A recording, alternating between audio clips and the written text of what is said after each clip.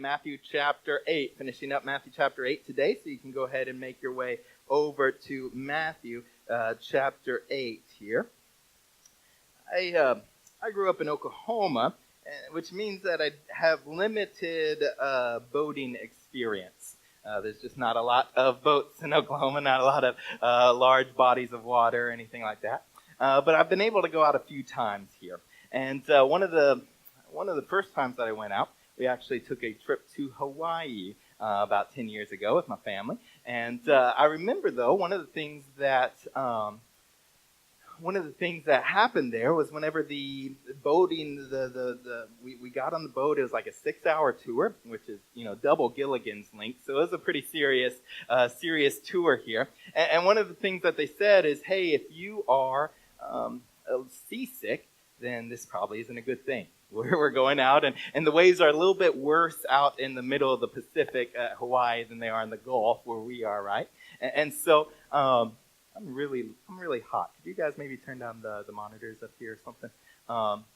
But it was we got on this boat, and within about 20 minutes, I'd say, about this 6-hour boat trip, all of a sudden, about 5 or 6 people got sick.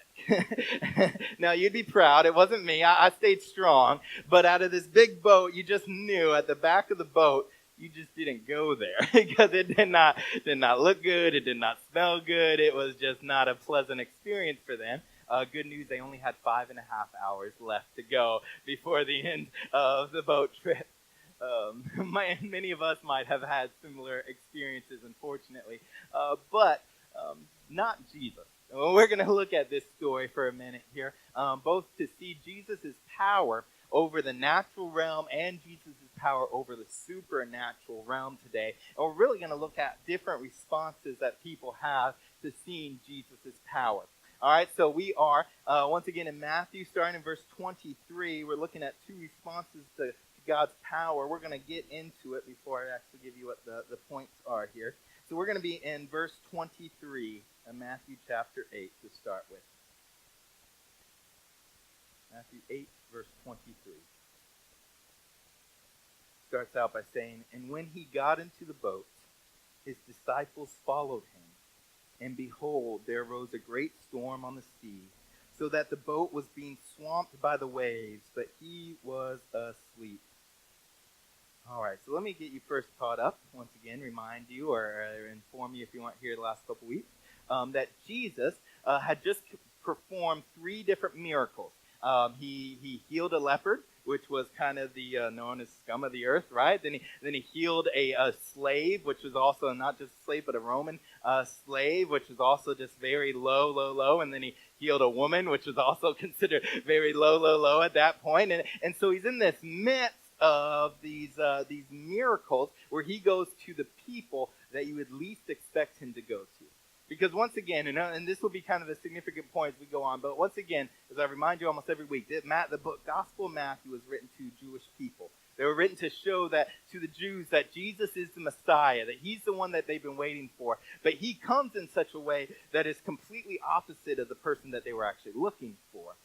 But he comes and he starts performing these miracles for the people that you would least expect him to.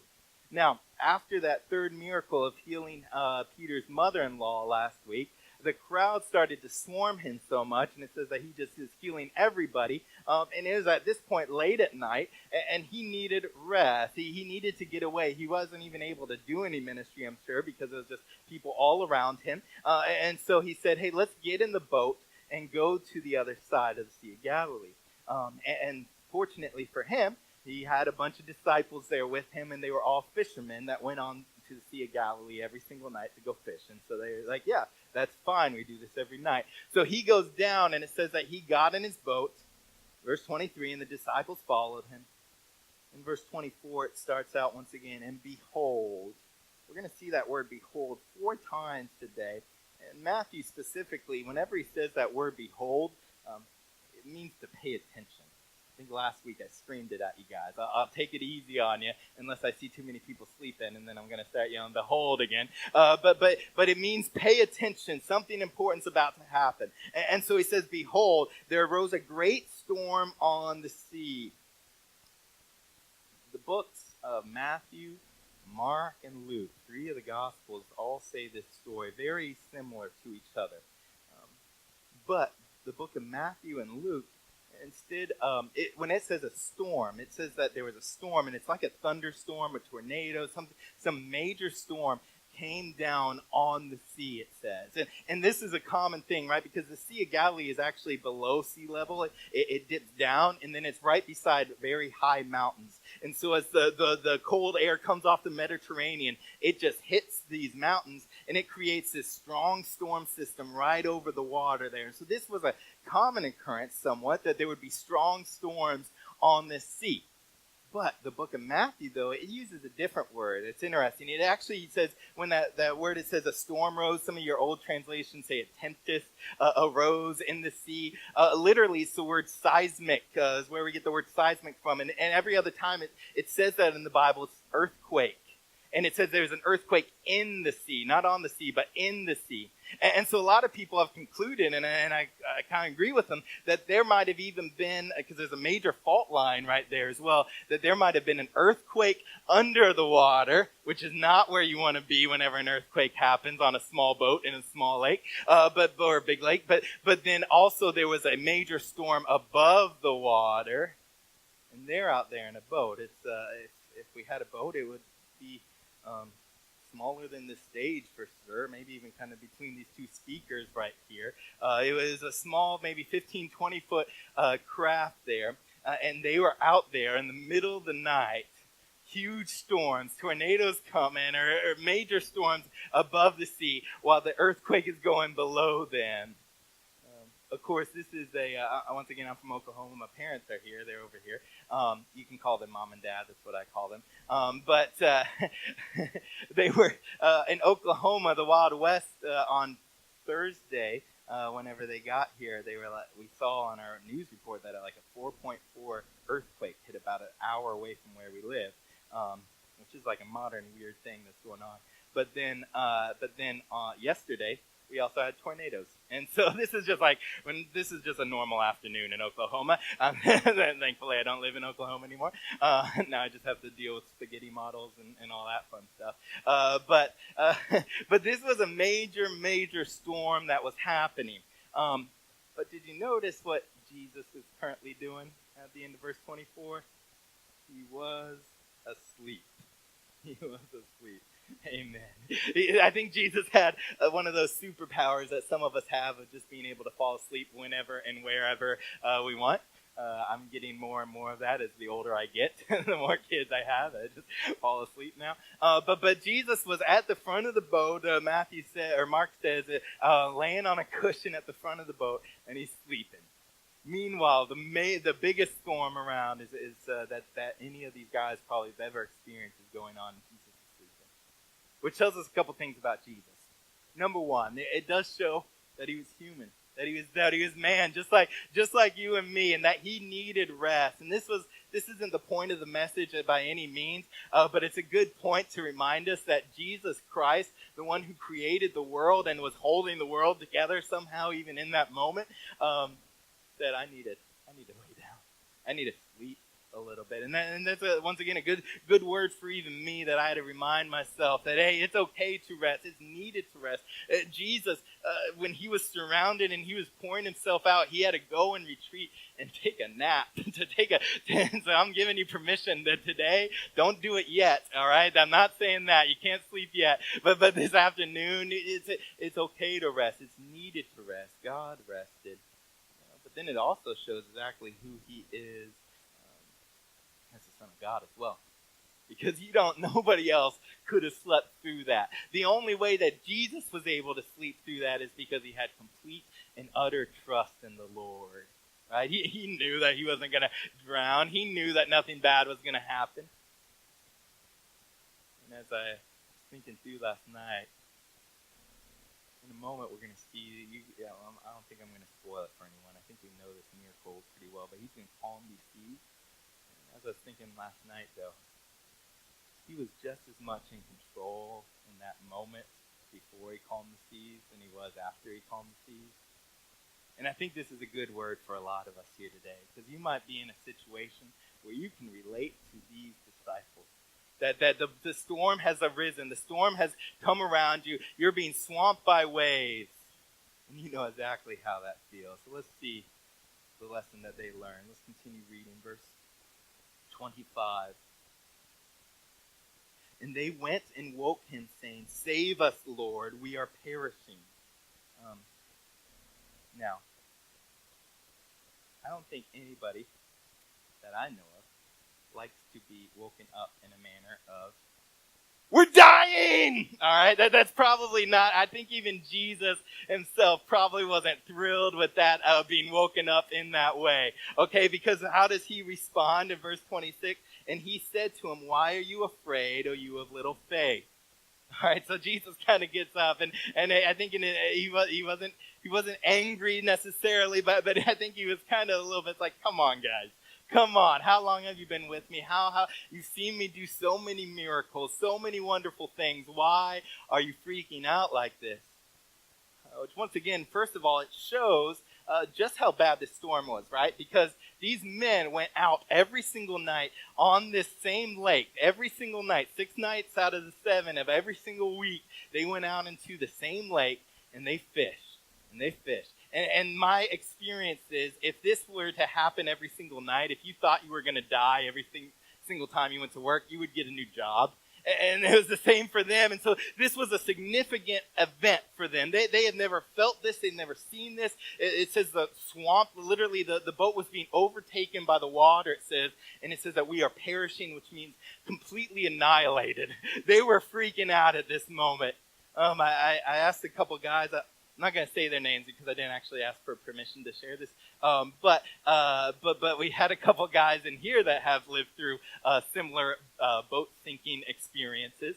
And one of them, I realized later, I think it was a pun when he said you get a sinking feeling whenever it happens. But then you feel the adrenaline starts to go on.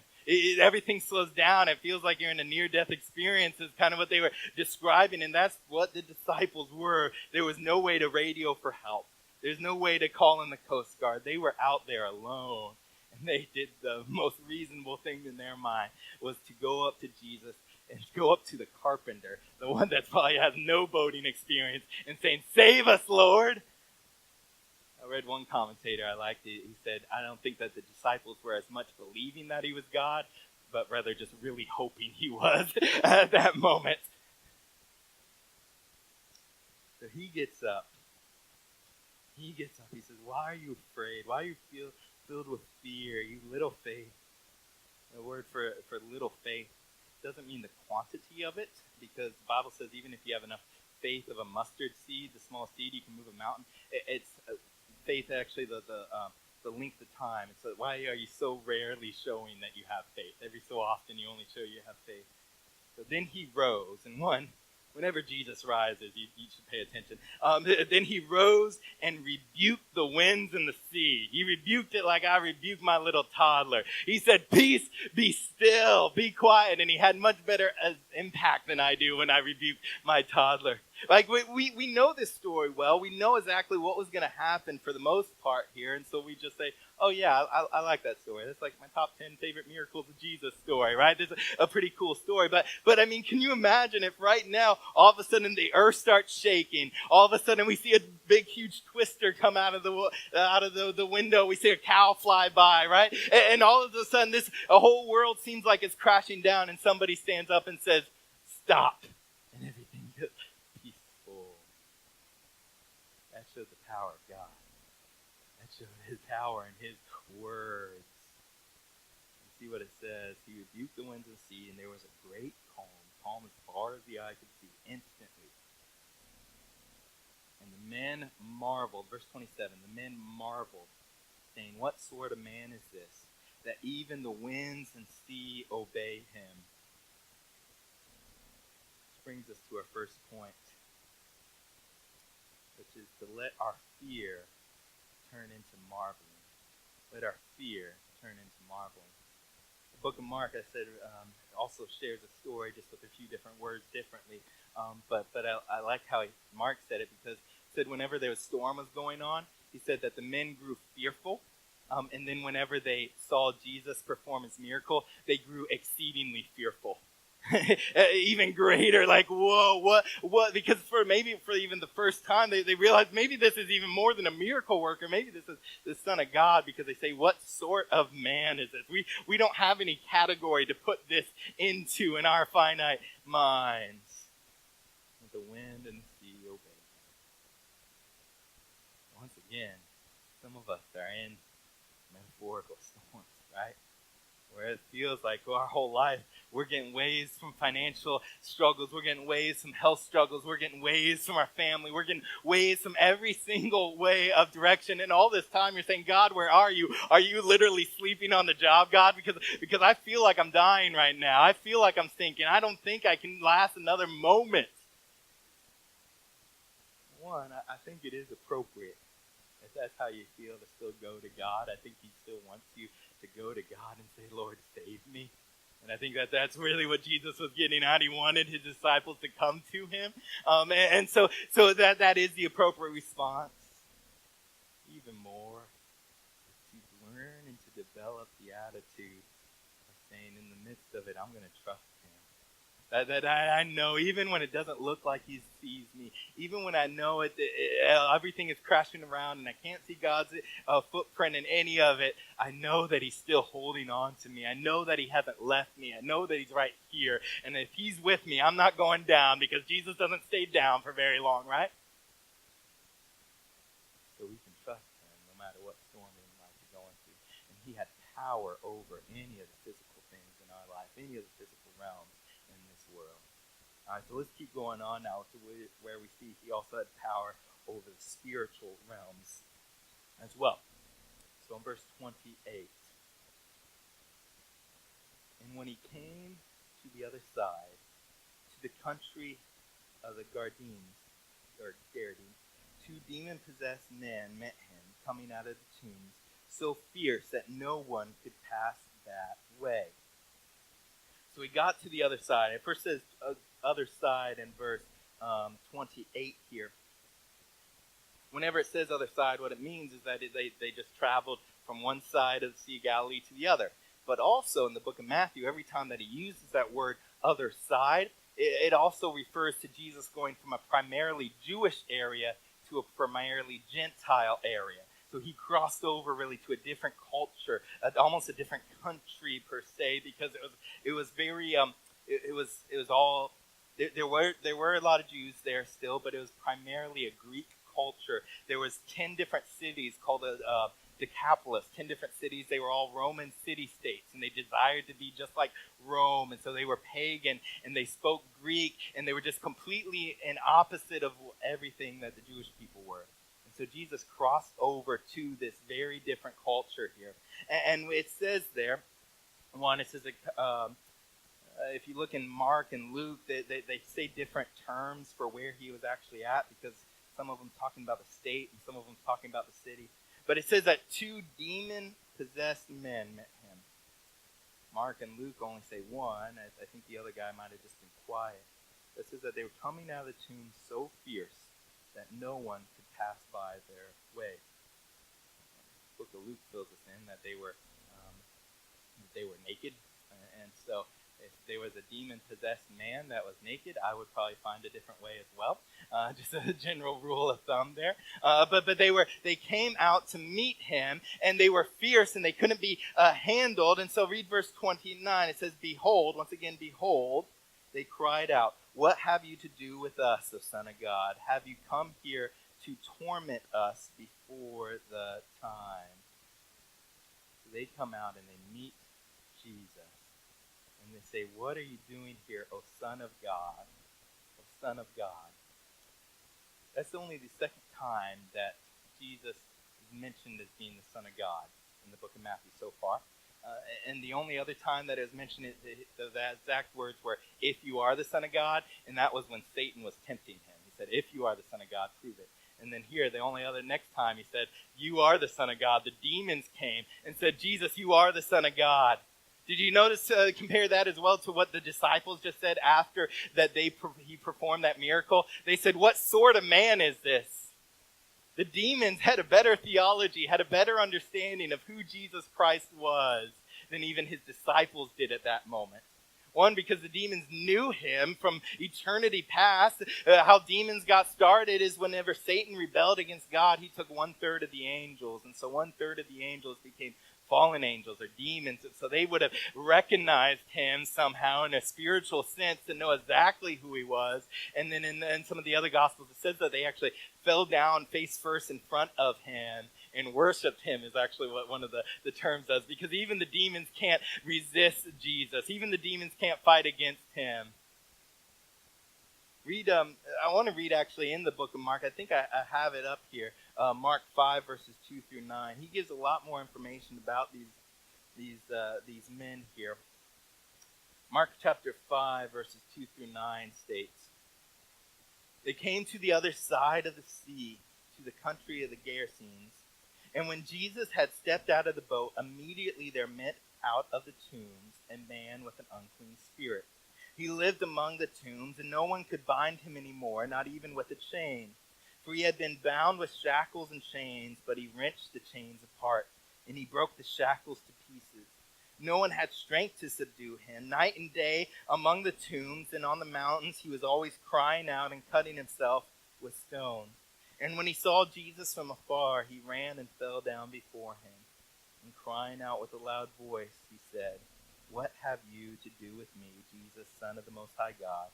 I adjure you by God, do not torment me.' For he was saying to him, 'Come out of the man, you unclean spirit.' And Jesus asked him, 'What is your name?' And he replied, 'My name is Legion, for we are many.'" Now, one, it's very unusual in the book of Mark that it's longer than Matthew. Matthew's actually a much longer book than the book of Mark is. And so most of the time whenever Mark gives a description, it's kind of short and concise. But here it's almost twice as long as Matthew. And there's a reason, right? Because number one, Matthew was written to the Jewish people. And this area was not Jewish. And so Matthew just really highlights the important parts that the Jewish people would care about. Mark, on the other hand, was written to primarily a Roman audience. And this was an area that tried to be like Rome. And so he gave this long description of this man. This man was chained and he's shackled, but he would break the chains. There's something supernatural strong about him in a demonic way. He would spend all night screaming and cutting himself. And so nobody would want to pass by him because it's just this crazy man that was cutting himself, hurting himself, living inside of a tomb. No wonder people try to avoid him. No wonder people stayed away from him. Or as it says in the book of Matthew, there's another friend of his as well. And then no wonder that they tried to stay away from him. Just this man in a tomb. It's not very fun to hang out at graveyards. Full disclosure, Bethany would make me say this. I did make a horrible mistake once, and I took Bethany to a graveyard on our first date. I wouldn't recommend it. It didn't turn out well. It turned out well because she married me, but in the moment it didn't turn out well. So you can ask her about that later on. But normal people, I like graves. It helps me think. But normal people, that's not where you want to hang out, right? But that's where they find themselves. They come out and they meet Jesus and they confront him. In the book of Mark, once again, it gives a lot of extra details that Matthew does not give. One, it says that Jesus says, "What's your name?" And I kind of think that he might have even been asking the man, but the demon responds and says, "My name is Legion, for we are many." That word legion is actually distinctively a Roman term because it was Roman legions. And in that area, there was the 10th legion. It was a very important legion. And so that provoked thoughts to Roman military might. And even that 10th Roman legion that was stationed there, their mascot were pigs, which we'll hang on to. So in the book of Mark, there's all these references to kind of the Roman aspect of it. But in Matthew, there's nothing like that. It's just kind of short and brief and to the point. Because Matthew wanted to show Jesus crossed over to an unclean land and found an unclean man that was hanging out in tombs. That's not what a Jewish person does. That was the most unclean thing that he could do. And that's all that Matthew had to say, because at that moment, the Jewish people would say, no, you don't go up to that man. We'll see what happens here. Verse 29 again, "And behold, they cried out, 'What have you to do with us, O Son of God? Have you come here to torment us before the time?'"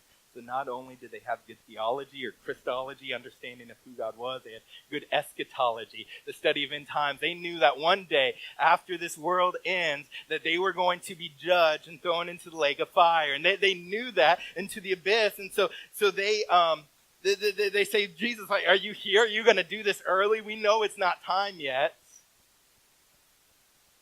And so, look what their request is. Verse 30. Now a herd of many pigs was feeding at some distance from them. And the demons begged them, verse 31, saying, if you cast us out, send us away into a herd of pigs. Verse 32, and he said to them, go. So they give a very interesting request, right? That there's pigs out there. And so they said, please, if you're going to send us out, at least send us out to the pigs that we may go there. Now, why did they do that? And even more importantly, I'd say a good question is, why did Jesus go along with it? So first, why did they do that? It's safe to assume that if they're demons, even as they're submitting to God because they have no other choice, they're still trying to lie and deceive and trying to hurt him and his mission. And so that's just a good starting point, a baseline understanding for whenever a demon is moving, he's trying to subvert what God is doing. We see those pigs out there. There's 2,000 of them, the book of Mark says. There's 2,000 pigs out there. And they have herdsmen around them, meaning that somebody's actually keeping track of them. They're raising them for food. They're not just wild pigs out there. And so the demons request that they go out to the pigs.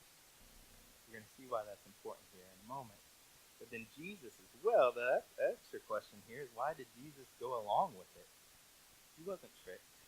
Number one, shows once again Jesus' power, because there's over at least 2,000 demons. At least 2,000 demons.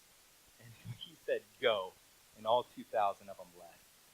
And in the same way that there was a power over that natural realm, he had power over the supernatural realm. And with one word, he was able to expel 2,000 demons, and they left. They went. Let's see exactly what happens here in light of all of this. And let's see here, verse 32. And he said to them, go. So they went out and went into the pigs.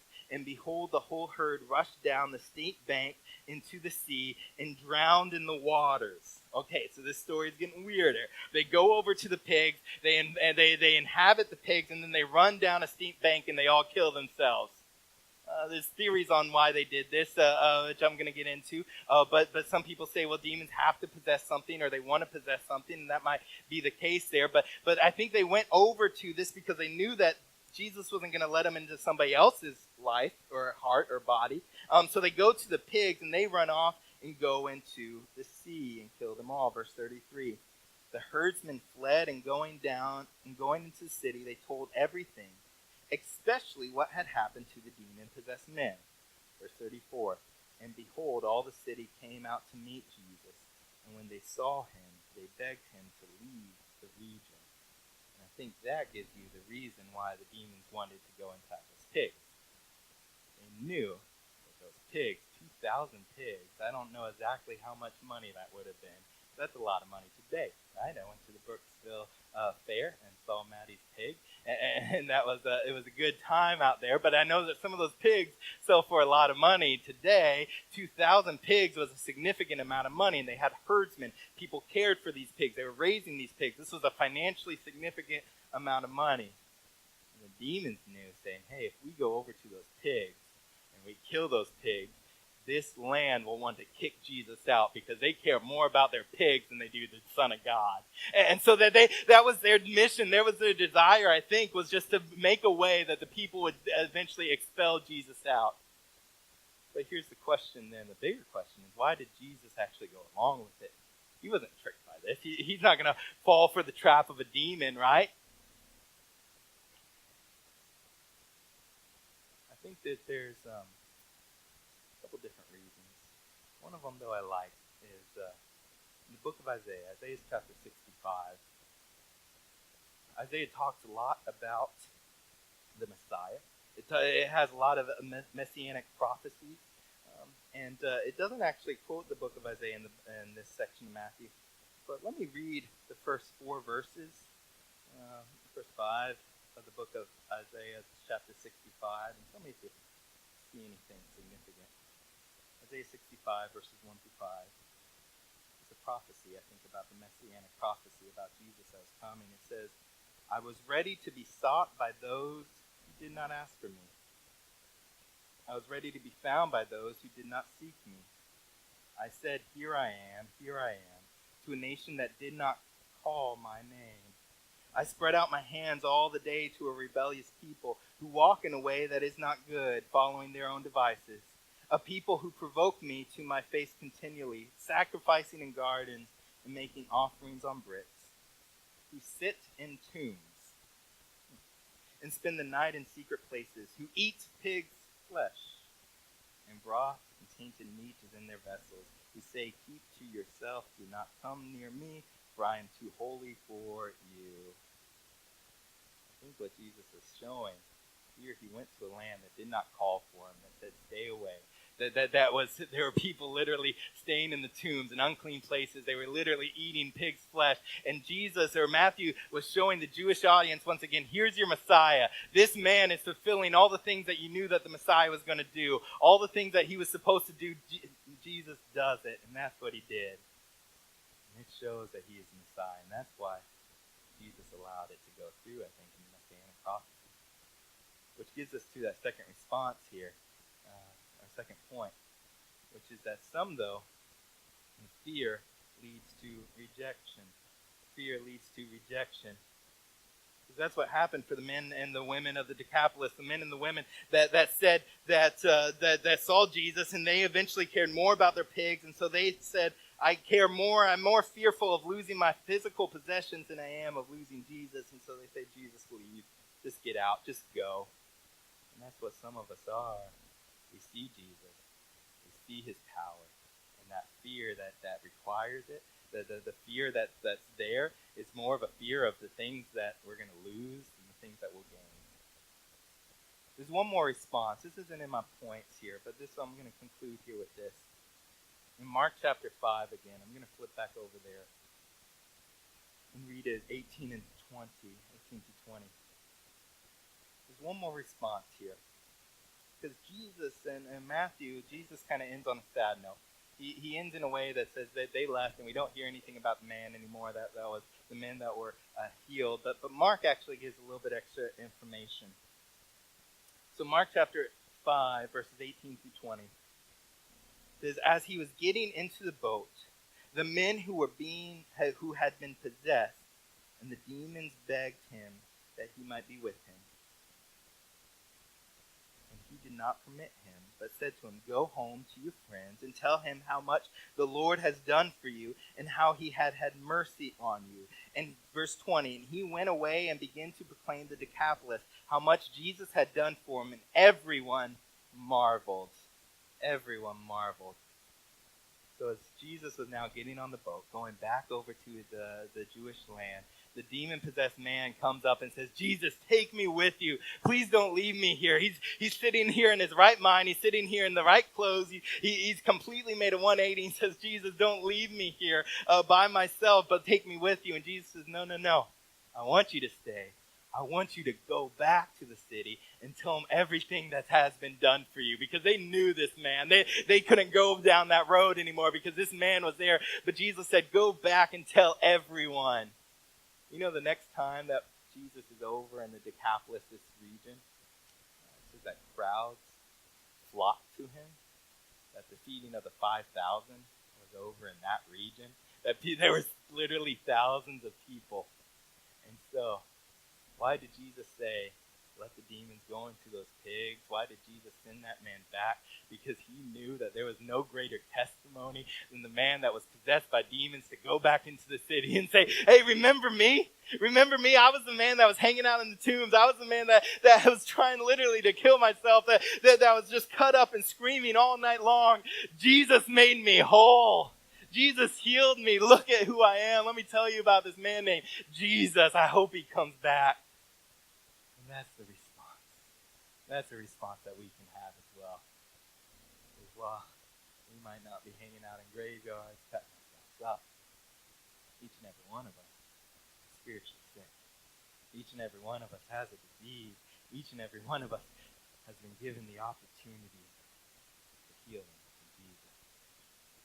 And that's the opportunity for us. So whether you are here today and you're in the storms of life and you're overwhelmed and you don't know how you're even going to make it through the next day, whether you've been afflicted and hurt by things out of your control, whatever you are, Jesus has the power to save you from that. Jesus has the power to heal you from that. So what is our response back to that? I'm going to pray. We're going to come up here and sing one more song.